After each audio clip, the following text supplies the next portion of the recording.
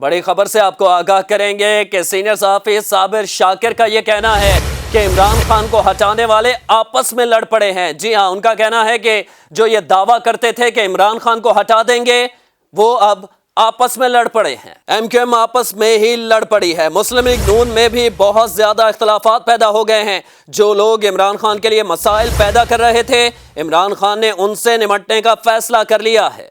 Senior सहाफी और तजियाकार साबिर शाकिर ने 17 जनवरी 2020 के अपने यूट्यूब चैनल में गुफ्तगू करते हुए कहा है कि इमरान खान को गिराने वाले आपस में ही लड़ पड़े हैं। हुकूमत को इत्तेहादी जमातों के हवाले से कई चीजें सामने आ गई हैं।